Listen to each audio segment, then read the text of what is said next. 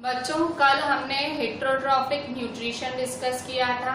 उसमें हमने देखा कि भाई कैसे प्लांट्स अपने न्यूट्रिशन के लिए दूसरे प्लांट्स पे निर्भर करते हैं। कुछ ऐसे प्लांट्स होते हैं जो अपना न्यूट्रिशन पूरा नहीं कर पाते हैं, क्लोरोफिल नहीं होती है, वो फोटोसिंथेसिस नहीं कर पाते हैं, तो उन्हें ऑटोट्रॉफ्स नहीं, उन्हें हेट्रोट्रॉफ्स कहा जाता है।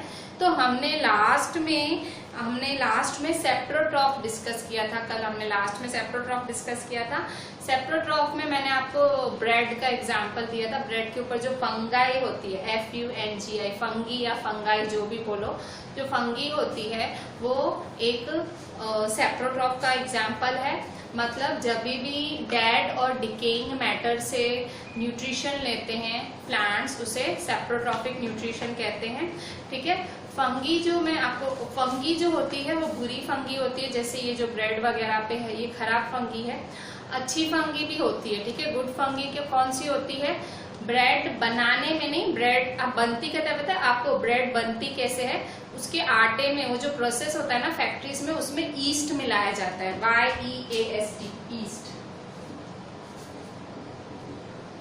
उसके आटे में ईस्ट, वो फंगी डाली जाती है तो ब्रेड बनती है। ठीक है। ब्रेड पे जो लगती है ब्रेड बहुत टाइम रखने के बाद, वो फंगी बनती है।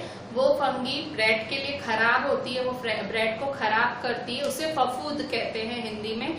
ठीक है। काई, फफूद, नील, जो भी बोलते हो आप। पर ब्रेड बनाने के लिए, in the preparation of bread, जो फंगी यूज होती है उसे ईस्ट कहते हैं। Y साइलेंट है, YEAST। ये जो ईस्ट फंगी होती है ब्रेड बनाने में बहुत ज्यादा यूजफुल होती है। और दूसरी एक फंगी जो यूजफुल है वो है मशरूम। ठीक है। मशरूम आपको एक सब्जी आती है, वो खाई जाती है, वो भी एक फंगी है। ठीक है। मशरूम ये भी एक फंगी है।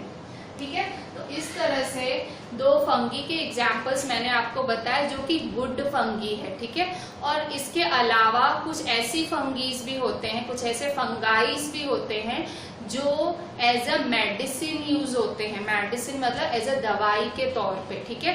तो मतलब फंगाई की भी वैरायटी है। मैंने जो आपको सेप्रोट्रॉप्स में फंगाई बताई थी उसमें गुड और बैड फंगाई दोनों बताई थी। गुड फंगाई जो कि मशरूम है, जो कि अम्ब्रेला शेप्ड में है, वो एज अ वेजिटेबल आप खाते हो, सब्जियों में खाते हो। और दूसरा मैंने आपको फंगाई जो कि ब्रेड पे लगती है, जो ब्रेड पे लग जाती है बहुत टाइम रखे रहने के बाद, वो बैड फंगाई है। ठीक है। तो मतलब मैं आपको बताना चाह रही हूँ कि फंगाई गुड भी होती है, बैड भी होती है। ये वाली चीज आपकी NCERT की टेक्स्ट में लिखी हुई है, तो मैं आपको बता रही हूँ। ठीक है। इससे कोई क्वेश्चन नहीं बनवा रही हूँ, पर ये एक इम्पॉर्टेंट चीज है जो आपको पता होनी चाहिए। ठीक है। आप ऐसा ना बोलो कि भाई मैम ने तो बताया ही नहीं था और NCERT में है। ठीक है। अच्छा, आज हम लास्ट टाइप ऑफ न्यूट्रिशन पढ़ेंगे, हेट्रोट्रॉफिक का लास्ट न्यूट्रिशन पढ़ेंगे, जिसका नाम है सिम्बायोटिक न्यूट्रिशन। ठीक है। Symbiotic nutrition. ठीक है। सिम्बायोटिक न्यूट्रिशन या सिम्बायोसिस। ठीक है। जो लास्ट टाइप ऑफ न्यूट्रिशन है उसे हम कहते हैं सिम्बायोसिस। Define symbiosis. ठीक है। Define symbiosis. ठीक है। सिम्बायोसिस क्या होता है? पहले तो सिम्बायोसिस का मतलब, सिम्बायोसिस बहुत सारी ट्यूशन इंस्टीट्यूट्स का भी नाम है। ट्यूशन इंस्टीट्यूट्स भी कुछ अपना नाम सिम्बायोसिस रखती हैं। सिम्बायोसिस नाम शायद सुनते भी हो गया। पहले सिम्बायोसिस का मतलब समझ लो, और यही हमारा हेट्रोट्रॉफिक न्यूट्रिशन भी है। चौथा तरह का हेट्रोट्रॉफिक न्यूट्रिशन भी है सिम्बायोसिस। सिम्बायोसिस का मतलब क्या होता है? दो ऑर्गेनिजम्स जो एक दूसरे का फायदा उठाते हैं और जिंदा रहते हैं। ठीक है। मतलब एक दूसरे का फायदा उठाते हुए वे जिंदा रहते हैं। ठीक है। तो उन्हें क्या कहा जाता है? सिम्बायोसिस। ठीक है। वो उनकी रिलेशनशिप को सिम्बायोसिस कहा जाता है। ठीक है। अगर मैं आपको बोलूं एक बफेलो और क्रो का रिलेशनशिप, बफेलो और क्रो का एक सिम्बायोटिक रिलेशनशिप है। आपकी टेक्स्ट बुक में मेंशन नहीं है, आपकी टेक्स्ट बुक में अलग एग्जाम्पल्स दिए हुए हैं सिम्बायोसिस के। मैं आपको एक एग्जाम्पल देती हूँ बफेलो और क्रो का। देखो, बफेलो जो है पूरा दिन पानी में पड़ा रहता है, बहुत ही लेजी एनिमल होता है। ठीक है। तो जो lazy animal in the sense भाई गंदा एनिमल होता है, वो पानी में होता है, उसके ऊपर क्रो आके बैठता है। बफेलो की जो पीठ पे, शरीर पे बहुत सारे मक्खी और मच्छर चढ़े हुए होते हैं, तो क्रो होता है वो उन मक्खी मच्छरों को खाता है, ठीक है। तो क्रो को क्या मिला, न्यूट्रिशन मिला, मतलब उसको खाना मिला, और बदले में बफेलो की पीठ साफ हुई, मतलब वो क्लीन हुआ, ठीक है। तो इसे कहते हैं सिम्बायोसिस न्यूट्रिशन, सिम्बायोसिस। जिस प्रोसेस को करने से दोनों को फायदा हो, दोनों ऑर्गेनिजम्स को फायदा हो, उसे सिम्बायोसिस कहते हैं, ठीक है। पैरासाइट्स में आपने क्या पढ़ा था, पैरासाइट्स में सामने वाले का सिर्फ यूज करते हैं, सामने वाला को कुछ फायदा नहीं मिलता है, आप उसका यूज करते हो, ठीक है। उसके भी एग्जाम्पल्स दिए थे मैंने। फिर मैंने इसके बाद सेप्रोट्रॉप्स बताया था, सेप्रोट्रॉप्स में भी मरे हुए पे या डिकेइंग मैटर का यूज करते हो, ठीक है। फिर इसके अलावा आप ठीक है, तो आपने पैरासाइट पढ़ा था, फिर आपने इंसेक्टिवरस प्लांट्स पढ़ा था। इंसेक्टिवरस में भी ऐसे ही था, इंसेक्टिवरस में प्लांट इंसेक्ट को खा जाता है, उल्टा मतलब इंसेक्ट को खा ही जाता है, ठीक है। जो इंसेक्ट उस पर चढ़ता है उसको खा ही जाता है, ठीक है। उसको फायदा तो दिया नहीं, उसको खा गया उल्टा प्लांट, ठीक है। कल मैंने पिक्चर प्लांट का आपको दिखाया था, डेमो भी दिया था, PITCHER pitcher plant, insectivorous plant होता है एग्जाम्पल, वो मैंने आपको डेमो भी दिया था, ठीक है। तो ये जो सिम्बायोसिस है, सिम्बायोसिस क्या होता है, ये फोर्थ टाइप ऑफ न्यूट्रिशन है जो कि प्लांट्स यूज करते हैं। इस न्यूट्रिशन में दोनों ऑर्गेनिजम्स एक दूसरे का पूरा फायदा उठाते हैं और जीवित रहते हैं या जिंदा रहते हैं, ठीक है, जीवित रहने के लिए, साफ रहने के लिए, ठीक है। तो इस तरह से एक दूसरे का पूरा फायदा उठाते हैं, ठीक है। सिम्बायोसिस एक बहुत इंपॉर्टेंट टाइप ऑफ न्यूट्रिशन है, आपकी टेक्स्ट में इसके एग्जाम्पल्स भी बहुत अच्छे खासे दिए हुए हैं, ठीक है। तो सिम्बायोसिस की डेफिनेशन लिखेंगे पेज नंबर 7 पे, सेकेंड पैराग्राफ, ठीक है। Some organisms, answer, some organisms live together and share both shelter and nutrients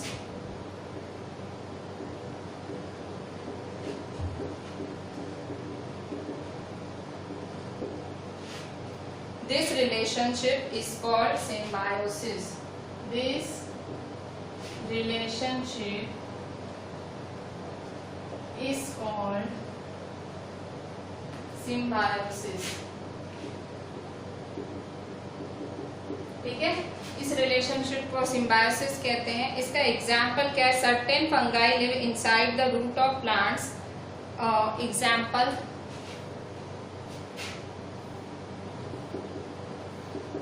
give example of symbiotic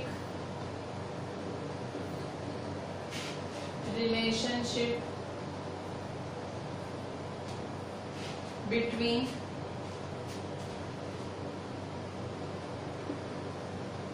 fungi and root of the plants। देखें यहाँ पे पहले तो डिफाइन सिम्बायोसिस में, सिम्बायोसिस है क्या, तो symbiosis some organisms live together and share both shelter and nutrients. कुछ ऑर्गेनिजम्स साथ में ही रहते हैं और वो अपना जो शेल्टर मतलब रहने की जगह और न्यूट्रिएंट्स भी शेयर करते हैं, ठीक है। वो अपने रहने की जगह न्यूट्रिएंट्स मतलब मिलजुल के रहते हैं।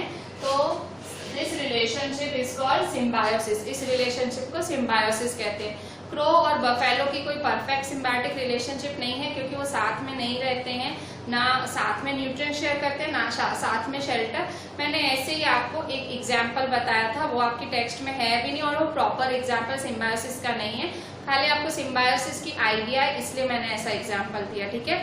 सिम्बायोसिस की प्रॉपर डेफिनेशन क्या है, जब दो ऑर्गेनिजम्स, ठीक है, जब दो ऑर्गेनिजम्स साथ में रहते हैं और एक दूसरे के साथ न्यूट्रिएंट और शेल्टर मतलब घर, रहने की जगह, और न्यूट्रिएंट्स शेयर करते हैं, उसे कहते हैं symbiosis. S for symbiosis, S for sharing, ठीक है। वो जब शेयर करते हैं न्यूट्रिएंट्स एंड शेल्टर, उसे सिम्बायोसिस कहते हैं।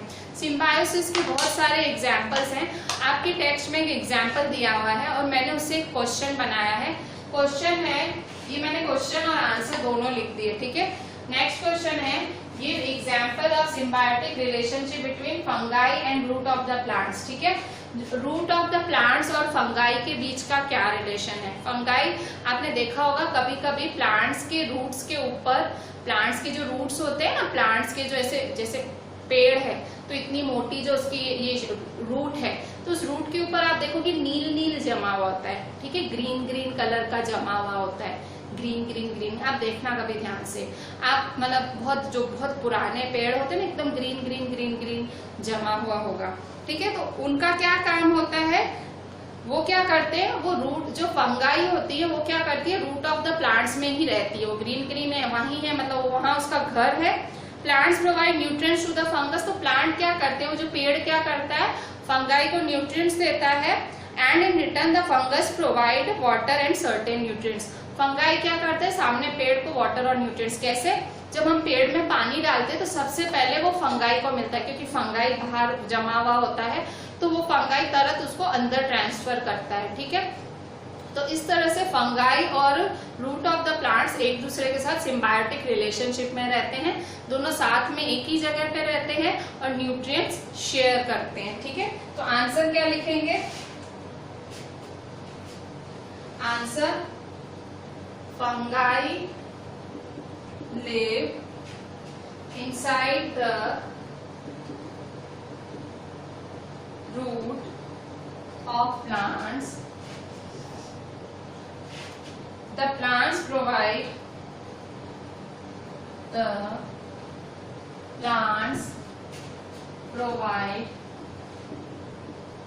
nutrients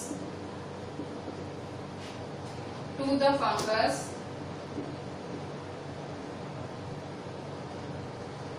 and in return, बदले में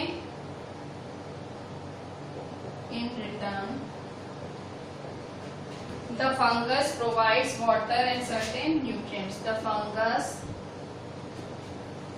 provides water and certain nutrients. ठीक है, मतलब एग्जाम्पल क्या है इसका, give example of symbiotic fungi और रूट ऑफ प्लांट्स के बीच का क्या एग्जाम्पल है, उसे एक्सप्लेन करो। Fungi live inside the roots of the plants. Fungi है प्लांट्स के रूट्स के अंदर रहती है, मतलब उसको रहने की जगह मिल गई। The plants provide nutrients to the fungus and, क्योंकि वो उनके अंदर रहती है तो प्लांट्स के पास जो अपने न्यूट्रिएंट्स होते हैं, वाटर मिनरल्स, वो फंगाई को देती है, भाई तू पोषण ले। और एंड इन रिटर्न, अब रिटर्न में फंगाई या फंगस उनके लिए क्या करता है, fungus provides water and certain nutrients. बदले में वो भी उनको वाटर और न्यूट्रिएंट्स देता है। कैसे, क्योंकि हम जब पेड़ पे पानी डालते हैं सबसे ऊपर वो नीली चीज होती है, वो फंगाई होती है, तो सबसे पहले उसी को ही मिलता है, वो अंदर ट्रांसफर कर देती है उनको। ठीक है, तो ये क्या करते हैं, एक दूसरे को वाटर और न्यूट्रिएंट्स का लेन देन करते हैं। फंगाई को रहने की जगह कहाँ मिलती है, रूट ऑफ प्लांट्स की। तो ये कौन सा रिलेशनशिप हुआ, सिम्बायोटिक रिलेशनशिप। ठीक है, अगर आपको एग्जाम्पल स्कूल में पूछे कि what is define symbiosis with example, तो आप एग्जाम्पल में क्या लिखोगे, symbiotic relationship between fungi and root of plants. ठीक है, फंगाई और रूट ऑफ प्लांट्स के बीच का जो रिलेशनशिप है वो सिम्बायोटिक रिलेशनशिप है। एक और एग्जाम्पल है सिम्बायोटिक रिलेशनशिप का, उसका नाम है लिचेंस, LICHENS, लिचेंस। ये बहुत इंपॉर्टेंट एग्जाम्पल है, आप 7th में और 8th में भी एग्जाम्पल देखोगे, 9th में भी एग्जाम्पल देखोगे, लिचेंस। ठीक है, लिचेंस क्या है, क्वेश्चन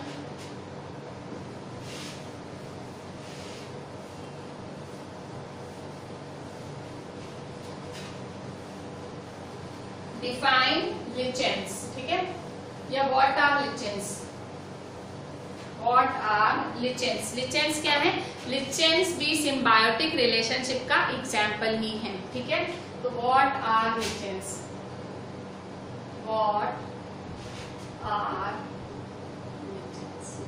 ठीक है, लिचेंस क्या है, तो आंसर, ठीक है, जो लिचेंस हैं, लिचेंस भी एक सिम्बायोटिक रिलेशनशिप का एग्जाम्पल ही है। कैसे, पेज नंबर 7 पे देखें, पेज नंबर 7 पे लेफ्ट हैंड साइड पे लास्ट पैराग्राफ है। In organisms called lichens, a chlorophyll containing partner which is an alga and a fungus live together. ठीक है, इन organisms called lichens, a chlorophyll containing partner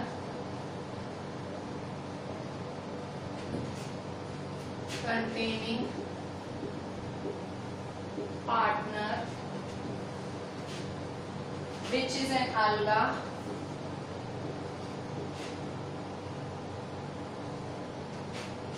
and a fungus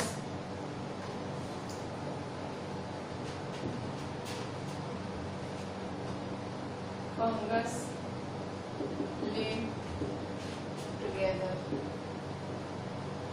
The fungus provides shelter, water and minerals to the alga. The fungus provide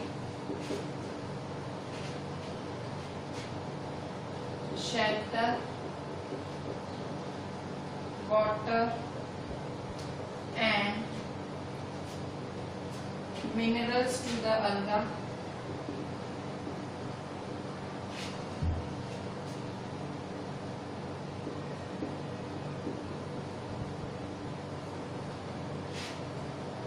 And in return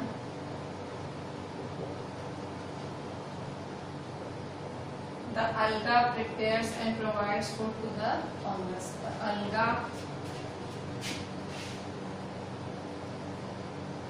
prepares and provides food to the fungus. Prepares and provides food to the fungus. देखें क्या है लिचेंस का। लिचेंस एक symbiotic relationship का example है। लिचेंस एक organism है, ठीक है। In organisms called लिचेंस। लिचेंस में क्या होता है, chlorophyll containing partner which is an अलगा। एक अलगा होता है, देखो एक अलगा होता है ALG, अलगा या अलगाए, ठीक है। अलगा एक तरह का प्लांट होता है जिसमें क्लोरोफिल होता है, ठीक है। And a fungus live together. अब अलगा के साथ कौन रहता है, फंगस, ठीक है। अलगा के साथ फंगस रहता है। The fungus provide shelter, water and minerals to the अलगा।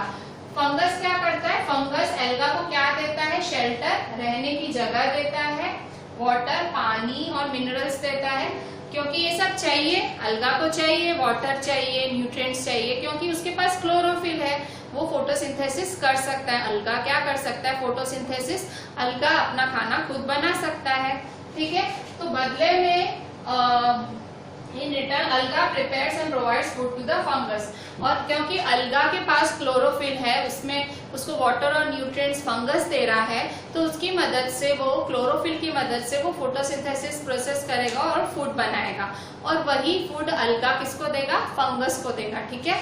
तो ये अलगा और फंगस का साथ में, जब ये मोस्टली आपको अलगा और फंगस, एल्गी और फंगस हमेशा साथ में ही दिखते हैं, उसे लिचेंस कहा जाता है, ठीक है। लिचेंस की फोटो नहीं दी हुई है आपकी टेक्स्ट में। लिचेंस भी बहुत देखने मिलता है, ठीक है। लिचेंस भी ट्रीज में, आपको ट्रीज में लिचेंस का एग्जाम्पल बहुत देखने मिलता है। तो लिचेंस में क्या, लिचेंस, इनको साथ में लिचेंस बोला जाता है। इस जोड़ी को साथ में लिचेंस बोला जाता है, ठीक है। अलगा और फंगी की जोड़ी को लिचेंस बोला जाता है। ये जोड़ी सिम्बायोसिस प्रोसेस परफॉर्म करती है। कैसे, अलगा जो कि एक प्लांट है, उसके पास क्लोरोफिल होता है और वो फोटोसिंथेसिस परफॉर्म करता है, मतलब क्लोरोफिल है ऑब्वियसली, तो पर उसको वो परफॉर्म करने के लिए वाटर और न्यूट्रिएंट्स चाहिए। खाना बनाने के लिए, फूड प्रिपेयर करने के लिए वाटर और न्यूट्रिएंट्स चाहिए, जो कि उसे फंगी देता है, फंगस या फंगाई देता है। उसको उससे न्यूट्रिएंट्स मिलते हैं, वो फूड प्रिपेयर करता है। फूड प्रिपेयर करने के बाद वो किसके साथ शेयर कर लेता है, वो फंगस के साथ शेयर करता है। और फंगस उसको बदले में, मतलब दोनों एक दूसरे की देखभाल करते हैं, ठीक है। फिर से देखो, fungus provide shelter, water and minerals to the alga, ठीक है। फंगस क्या करता है, ये सारा आंसर है आपका। लिचेंस एक बहुत ही इंपॉर्टेंट क्वेश्चन है, सिम्बायोसिस का एक एग्जाम्पल है, जो फंगाई और अलगा के बीच में होता है। ये मैंने आपको बोला 7th, 8th, 9th, ये तीनों स्टैंडर्ड्स में ये एग्जाम्पल आप देखोगे ही देखोगे, ठीक है। फिर से देखें, in organisms called lichens a chlorophyll containing partner which is an alga. ठीक है, अलगा क्या है? अलगा क्लोरोफिल कंटेन करता है और वो पार्टनर है फंगाई का। ठीक है, लिव टुगेदर, दोनों साथ साथ रहते हैं। अलगा और फंगाई साथ में रहते हैं। फंगस या फंगाई एक ही बात है। Fungus and fungi are the same thing. The fungus provide shelter, water and minerals to the alga and in return, बदले में the alga prepares and provides food to the fungus. ठीक है, वो उसको शेल्टर देता है, वो उसको न्यूट्रिएंट्स देता है, वो उसको खाना देता है। इस तरह से दोनों एक दूसरे के साथ सिम्बायोटिक रिलेशनशिप में है। ठीक है, so this is an example of, this is lichens. ठीक है, lichens is the symbiotic relationship between alga and fungus. ठीक है, ये एक सिम्बायोटिक रिलेशनशिप है। तो आपने सिम्बायोटिक रिलेशनशिप के दो एग्जाम्पल देखे अभी तक। ठीक है, lichens is the symbiotic relationship between alga and fungus. ठीक है, तो इस तरह से ये हमने सिम्बायोसिस का भी पोर्शन पूरा किया। ठीक है, अच्छा अब हम इस चैप्टर के जो लास्ट, ठीक है, एक लास्ट वाले टॉपिक पे आए हैं, जो कि है how nutrients are replenished in the soil. How nutrients are replenished in the soil. Replenished, ठीक है, न्यूट्रिएंट्स रिप्लेनिश कैसे होते हैं सॉइल में? रिप्लेनिश होना मतलब न्यूट्रिएंट्स को वापस लाना। ठीक है, तो nutrients how nutrients are replenished in the soil. ठीक है, तो आपने देखा होगा कि जो फार्मर्स होते हैं वो कंटिन्यूअसली जब भी फील्ड पे काम करते हैं वो मैन्योर और फर्टिलाइजर्स डालते रहते हैं फील्ड्स में। ठीक है, मैन्योर और फर्टिलाइजर क्या होते हैं? मैन्योर मतलब नेचुरली खाद होती है, फर्टिलाइजर केमिकल सब्सटेंस होता है। ये हम मिट्टी में इसलिए डालते हैं, जिसकी वजह से मिट्टी में इसलिए डाला जाता है कि भाई प्लांट की ग्रोथ अच्छी हो। ठीक है, अच्छा क्वेश्चन देखो क्या है, how nutrients are replenished in the soil. ठीक है, रिप्लेनिश्ड मतलब आपको पता है सारे न्यूट्रिएंट्स सॉइल यूज कर लेता है। मतलब सॉइल देखो, प्लांट अपना पोषण न्यूट्रिएंट किससे लेता है? सॉइल से लेता है ना, सॉइल से ही तो लेता है। सॉइल से वाटर लेता है, मिनरल्स लेता है, सॉइल से ये सब चीजें लेता है। तो वो जब से सारी चीजें मिट्टी से ले लेता है तो मिट्टी वापस कहाँ से लाती है? वो सारी चीजें सॉइल में, ये सारी चीजें वापस कैसे आती हैं? ये न्यूट्रिएंट्स वापस कैसे मिलते हैं? रिप्लेस कैसे होते हैं? ठीक है, तो रिप्लेस कैसे होते हैं सॉइल में ये न्यूट्रिएंट्स? ठीक है, तो देखो यहाँ पे मैंने आपको बताया कि भाई जो फार्मर्स हैं वो मैन्योर्स और फर्टिलाइजर्स डालते हैं मिट्टी में, ताकि भाई उनका जो प्लांट है वो अच्छे से ग्रो करे। ठीक है, मैन्योर क्या है? वो मिट्टी को गीलापन देता है। और फर्टिलाइजर्स क्या है? फर्टिलाइजर्स केमिकल्स होते हैं जिनमें नाइट्रोजन, फास्फोरस ऐसे मिनरल्स होते हैं जो कि मिट्टी के लिए अच्छे होते हैं, सॉइल के लिए अच्छे होते हैं और जिससे फोटोसिंथेसिस प्रोसेस अच्छे से होता है। ठीक है, तो फार्मर्स क्या करते हैं? मिट्टी में, सॉइल में मैन्योर्स और फर्टिलाइजर्स डालते रहते हैं। ठीक है, तो मतलब ये इसीलिए करते हैं ताकि सॉइल को पोषण मिलता रहे, सॉइल को न्यूट्रिएंट मिलता रहे। ठीक है, तो प्लांट एब्जॉर्ब। बच्चों नेक्स्ट क्वेश्चन लिखो, why fertilizers and manures are required to be added to the soil periodically? Why fertilizers and manures are required to be added to the soil periodically? ठीक है, fertilizers और manures, explain why fertilizers and manures are required to be added to the soil periodically. ठीक है, कह रहे हैं कि भाई जो फर्टिलाइजर्स और मैन्योर्स है, फर्टिलाइजर्स और मैन्योर्स क्यों सॉइल में टाइम से मिलाए जाने चाहिए, टाइम टू टाइम मिलाए क्यों जाने चाहिए मैन्योर्स और फर्टिलाइजर्स? मैन्योर और फर्टिलाइजर मैंने आपको क्या बोला था, वो मतलब मैन्योर नेचुरल चीज होती है और फर्टिलाइजर एक केमिकल चीज होती है जो फैक्ट्रीज वगैरह में बनती हैं। तो जब जो फार्मर्स होते हैं जब वो खेती के लिए जब मिट्टी तैयार करते हैं, मतलब फार्मर्स को मिट्टी भी तैयार करनी पड़ती है जब उनको क्रॉप उगाना होता है, तो जब मिट्टी तैयार करते हैं तो उस मिट्टी में उस टाइम ये मैन्योर और फर्टिलाइजर मिलाते हैं। मैन्योर और फर्टिलाइजर का मतलब क्या होता है, वो पोषण देता है मिट्टी को पोषण देता है, न्यूट्रिएंट्स देता है, मतलब केमिकल्स के अंदर बहुत सारे न्यूट्रिएंट्स होते हैं जो कि मिट्टी को मिलते हैं और वो मिट्टी सारे न्यूट्रिएंट्स किसको देती है, प्लांट को देती है और प्लांट की जो ग्रोथ है वो बहुत अच्छी होती है। ठीक है, तो वो क्वेश्चन वही है, बाय क्यों मिलाते हैं, क्यों फर्टिलाइजर्स और मैन्योर्स मिलाए जाते हैं। तो मैंने आपको रीजन पहले ही दे दिया कि जो ये फर्टिलाइजर्स और मैन्योर्स क्या होते हैं, जो सॉइल को पोषण देते हैं, सॉइल को न्यूट्रिएंट्स देते हैं और ये न्यूट्रिएंट्स प्लांट्स के लिए बहुत अच्छे होते हैं। आंसर कहाँ से लिखेंगे, आंसर पेज नंबर 7 पे राइट साइड, पेज नंबर 7 पे राइट साइड में सेकेंड पैराग्राफ है, plants absorbs mineral and nutrients from their soil.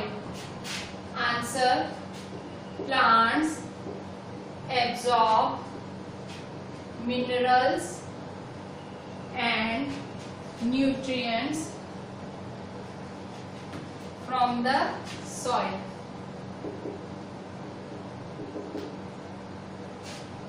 So their amounts in the soil keep on declining. So उनका जो amount है, so their amounts in the soil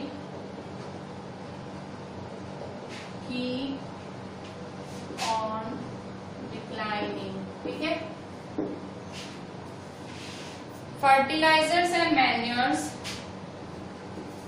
fertilizers and manures contain nutrients such as nitrogen, potassium, phosphorus, nitrogen, potassium, phosphorus, etc. These nutrients need to be added from time to time. These nutrients need to be added from time to time to enrich the soil.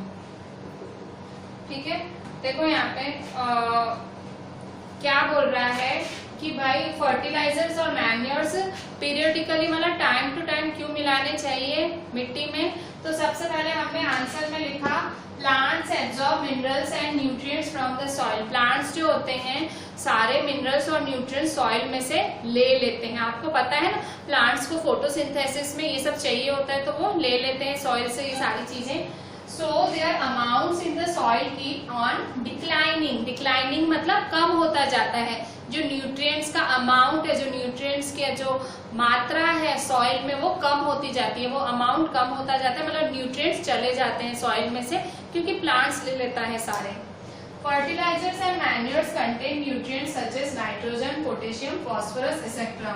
तो मैंने जो बताया fertilisers और manures, इनमें ये chemicals होते हैं, इनके अंदर न्यूट्रिएंट्स होते हैं जैसे कि नाइट्रोजन, फॉस्फोरस, पोटेशियम, ये सारे न्यूट्रिएंट्स होते हैं उनमें। तो फिर क्या करता है फार्मर, इन्हें सॉइल में मिला देता है।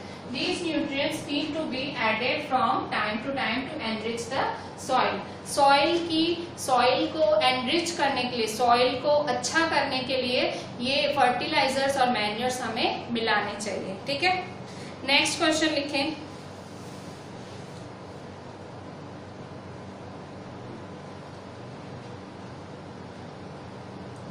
एक्सप्लेन, नेक्स्ट क्वेश्चन,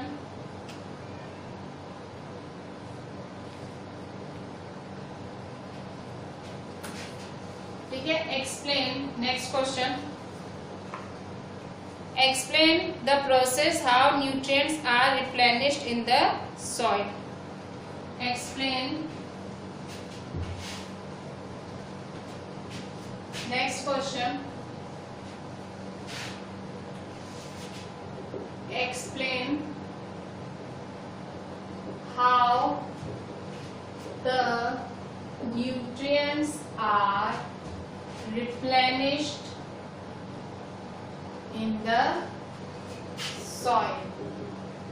ठीक है, मतलब क्वेश्चन क्या है कि कैसे आप मिट्टी में न्यूट्रिएंट्स वापस ला सकते हो। रिप्लेनिश मतलब जो सॉइल से सारे न्यूट्रिएंट्स प्लांट्स ने ले लिए हैं, कैसे वो न्यूट्रिएंट्स आप वापस ला सकते हो। तो इसका आंसर भी यही है, कैसे ला सकते हो, फर्टिलाइजर्स और मैन्योर्स डाल के। ठीक है, फर्टिलाइजर्स और मैन्योर्स डाल के आप न्यूट्रिएंट सॉइल में वापस ला सकते हो। ठीक है, तो इसका आंसर भी यही है, मैंने इसलिए मिटाया नहीं। ठीक है, तो ये लॉन्ग आंसर्स में आ सकता है ये क्वेश्चन कि न्यूट्रिएंट आप फर्टिलाइजर और मैन्योर क्यों यूज करते हो। और दूसरा क्वेश्चन ऐसे आ सकता है कि भाई न्यूट्रिएंट्स आप कैसे रिप्लेनिश कर सकते हो सॉइल में। ठीक है, नेक्स्ट क्वेश्चन देखें। अच्छा, यहाँ आपने क्या देखा कि केमिकल्स या मतलब फर्टिलाइजर्स या मैन्योर की मदद से आप मिट्टी को, जो आपकी जो मिट्टी है उसको आप रिप्लेनिश कर सकते हो, आप उसमें न्यूट्रिएंट्स मिला सकते हो। ठीक है, पर अगर नेचुरली ये चीज करनी हो तो कैसे कर सकते हैं। ये अगर नेचुरली करना है तो मैं आपको एक चीज बता रही हूँ। देखो, जैसे ये मिट्टी है, ठीक है, मिट्टी के नीचे जड़ें होती है, रूट्स होती है। ठीक है, ये रूट्स हैं, ठीक है, ये रूट्स हैं, ठीक है, और ये मेरा प्लांट है। ठीक है, तो क्या होगा, मिट्टी के अंदर, आपको पता है मिट्टी के अंदर अर्थवॉर्म, बैक्टीरिया, ऐसी ऐसी चीजें होती हैं अंदर। ठीक है, मिट्टी के अंदर होती हैं और वो अच्छी होती हैं, मिट्टी को ये लोग भी न्यूट्रिएंट्स देते हैं। ठीक है, मिट्टी में ऐसे ऐसे जगह बनाते हैं जैसे ऑक्सीजन वगैरह मिलता रहे मिट्टी को। ठीक है, तो इसके अंदर एक होता है राइजोबियम बैक्टीरिया। बैक्टीरिया का नाम क्या है, rhizobium.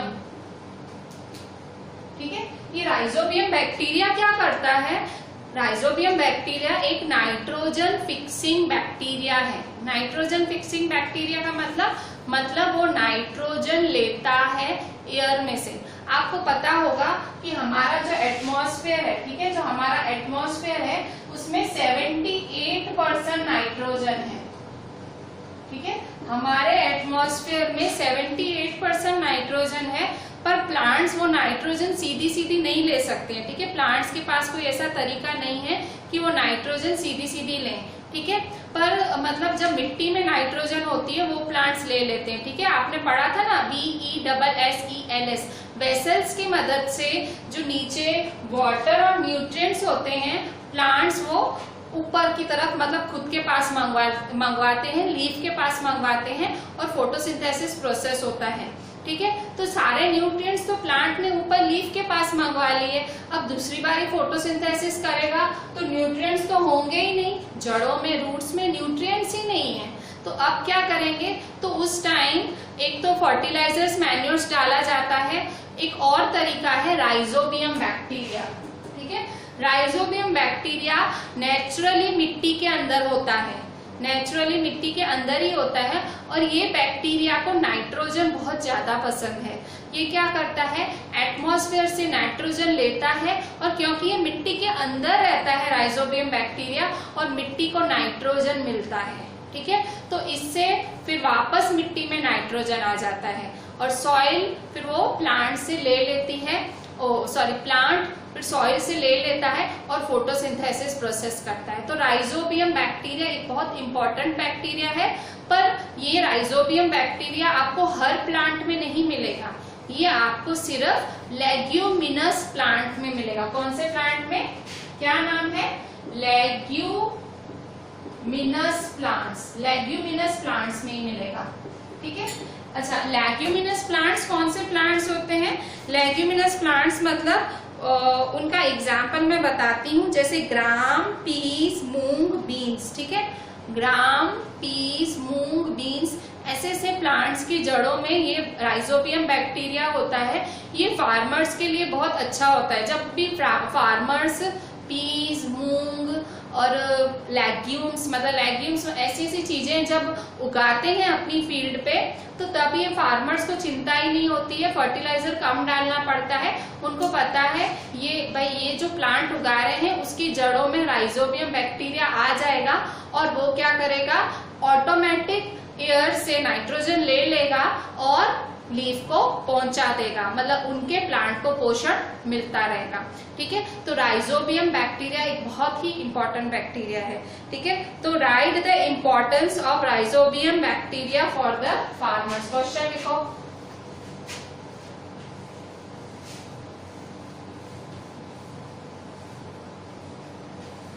Question, write the importance of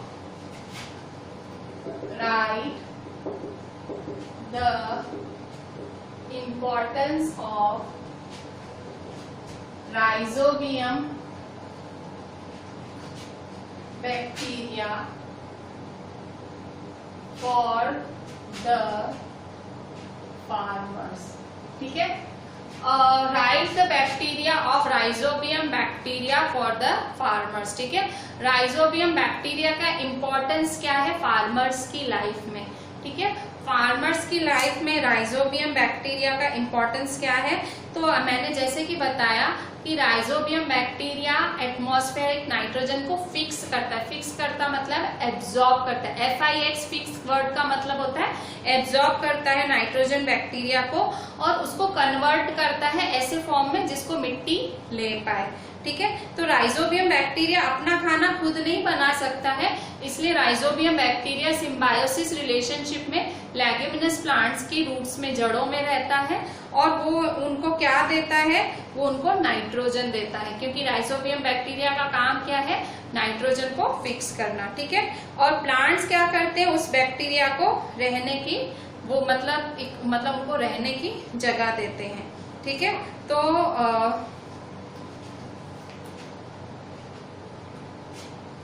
answer, rhizobium bacteria का इंपॉर्टेंस क्या है फार्मर्स के लिए, तो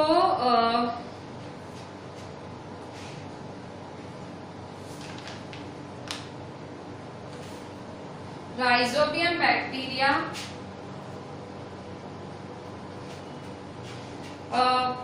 usually crops require a lot of nitrogen to make proteins. Mostly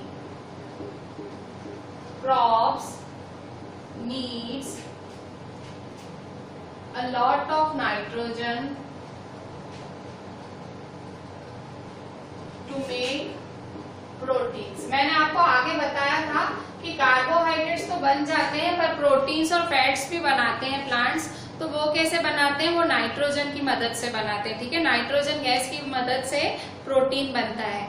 तो mostly crops needs a lot of nitrogen to make proteins.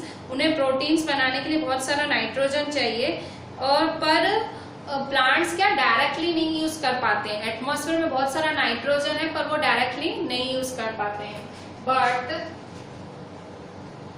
They can not directly use atmospheric nitrogen. पर plants directly atmospheric nitrogen नहीं ले पाते, उनके पास कोई ऐसी पद्धति नहीं है कि वो डायरेक्ट ले पाए, but they can not directly use atmospheric nitrogen.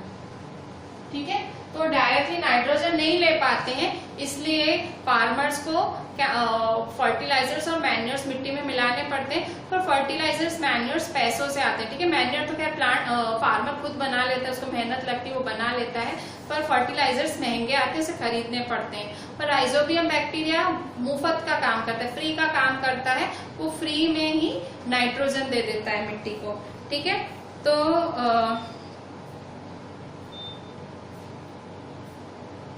The rhizobium bacteria, ठीक है, द राइजोबियम बैक्टीरिया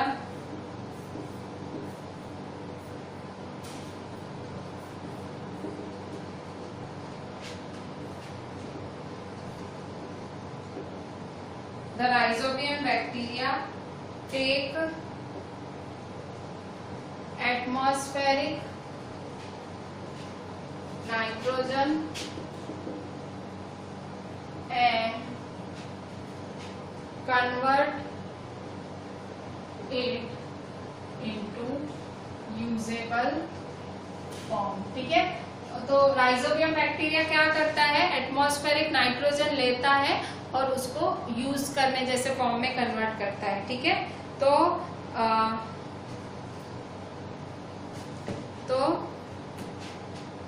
इस तरह से इन this way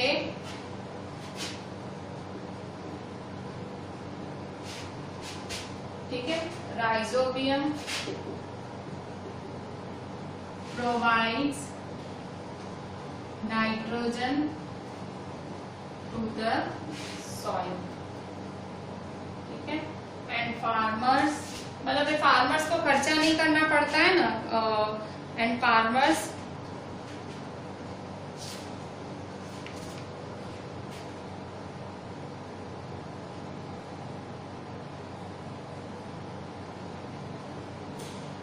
don't use fertilizers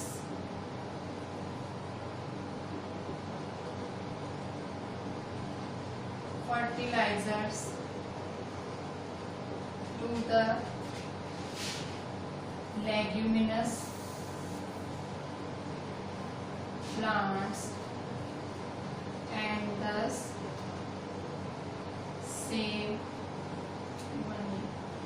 ठीक है, मतलब क्या होता है, देखो यहाँ पे mostly crops needs a lot of nitrogen to make proteins. Crops को है ना बहुत सारा नाइट्रोजन चाहिए होता है ताकि प्रोटीन्स भी बना पाए. But they can not directly use atmospheric nitrogen. वो डायरेक्ट नहीं यूज कर सकते, उनको किसी फॉर्म में कन्वर्ट करना पड़ता है. The rhizobium bacteria take atmospheric and convert it into usable form. ये काम राइजोबियम बैक्टीरिया करता है, एटमॉस्फेयर से नाइट्रोजन लेता है, उसे कन्वर्ट कर देता है, यूजेबल फॉर्म में कन्वर्ट कर देता है. In this way rhizobium provides nitrogen to the soil. Rhizobium इस तरह से न्यूट्रिएंट्स देता है सॉइल को, मिट्टी को न्यूट्रिएंट्स देता है. And farmers don't use nitrogen fertiliser to the leguminous plants. और फार्मर्स क्या करते हैं, मतलब राइजोबियम बैक्टीरिया कहाँ मिलता है, लेग्यूमिनस प्लांट्स में. तो लेग्यूमिनस प्लांट्स में फर्टिलाइजर्स नहीं यूज करते क्योंकि उनको ऑटोमेटिक नाइट्रोजन मिल रहा है और इससे इनके पैसे भी बचते हैं, फर्टिलाइजर्स के पैसे बच जाते हैं फार्मर्स के. तो इसलिए फार्मर्स के लिए ये बहुत मतलब इम्पोर्टेंस, राइजोबियम बैक्टीरिया फार्मर्स के लिए बहुत इम्पोर्टेंट है. और ये मतलब एक इनके लिए एक बहुत इम्पोर्टेंट है. ठीक है, सिग्निफिकेंट है, इम्पोर्टेंट है. ठीक है, नेक्स्ट क्वेश्चन.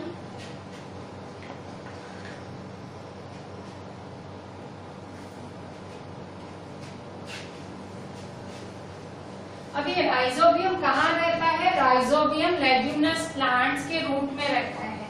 ठीक है, तो इन दोनों के बीच का रिलेशन क्या हुआ, सिम्बायोटिक रिलेशनशिप. ठीक है, तो क्वेश्चन लिखें, explain the symbiotic relationship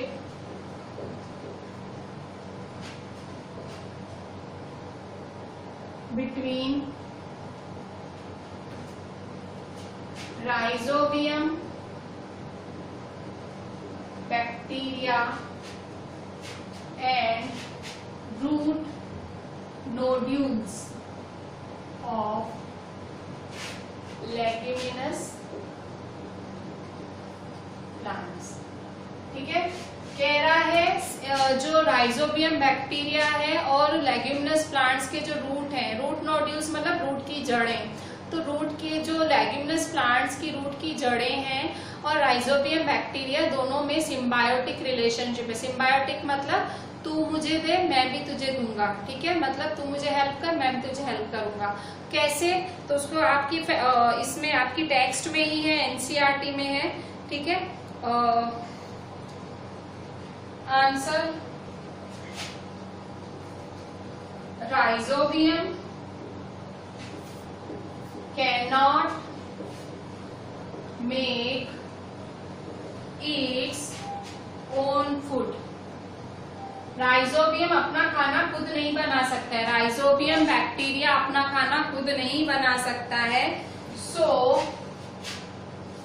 it often lives in the